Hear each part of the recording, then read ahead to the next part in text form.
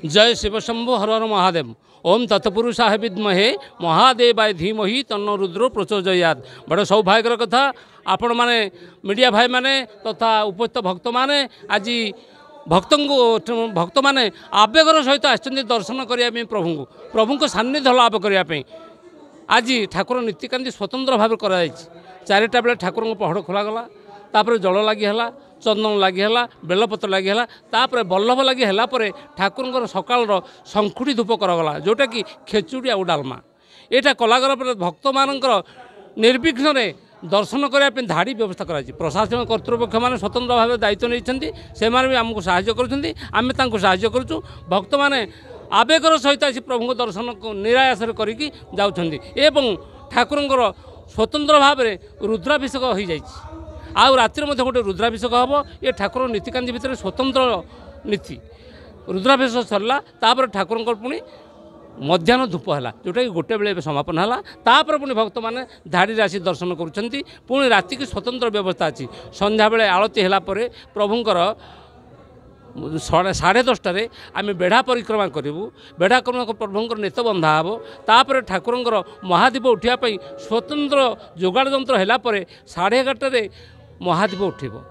एवं ठाकुर स्वतंत्र गोटे भोग अच्छी दही पखाड़ यहाँ स्वतंत्र नीति भितर अच्छी ये दही पखाड़ा ठाकुर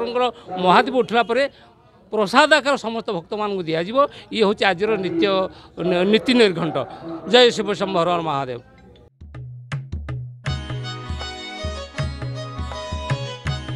पवित्र जागर यात्रा चलचंचल हो उठी बाबा सिंहनाथ पीठ। कटक जिला गोपीनाथपुर प्रसिद्ध शैवपीठ सिंहनाथ मंदिर में लगी रही श्रद्धालुओं समागम। आज हूँ पवित्र महाशिवरात्रि बड़म्बा ब्लॉक सिंहनाथ पीठ आम अच्छू जो भाई भिड़ देखा मिलूँ सिंहनाथ पीठ शैवपीठ कौन कौन सब नीतिकांति रही आसतु पचारि बुझे आमर वरिष्ठ सेवायत अच्छा। जय शिव शंभु हर हर महादेव। आज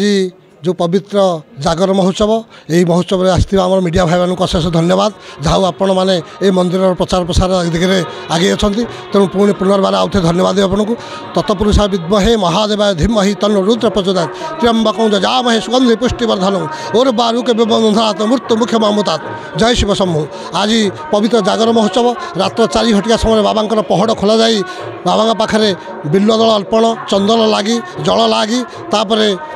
बाबा पाखे मंगल आरती अर्पण कराइला 5 घटिया समय बाबा पहली खेचुड़ी प्रसाद बाबा प्रसिद्ध जो सकाळु करा जाए से प्रसिद्ध खेचुड़ी तरकारी अर्पण कराइला एवं सर्वसाधारण दर्शन पर 6 घटिया समय बाबा दर्शन खोल एवं भक्त मैंने जो प्रशासन स्तर में व्यापक प्रस्तुति कराइला से अनुसार समस्ते टी सेतु दे गाड़ी संपूर्ण निराकरण कराइले आम काली तहसीलदार को लिखित आकार अभियोग करूँ गत थर जो असुविधा होता लोक मैंने आसी नथिले यही चाली 3 किलोमीटर न आसी प्रत्येक ग्रामांचल मंदिर शैव मंदिर मान अनुष्ठित होते लोक चाली चाली एत बाट अछुड़ा तेणु सारू कही काली परमिशन करूँ सब गाई बाइक मान आसूँ मंदिर को तेणु भक्त मैंने आसुँच सुचारू रूप शांति शुक्ला दर्शन कर आमर बर्तमान राज्याभिषेक चली आउ गोटे थर रात्रि राज्याभिषेक हम तापर 11 घटिया समय बाबा जो महादीप प्रज्वलन हम। जय शिव शंभु हर हर महादेव।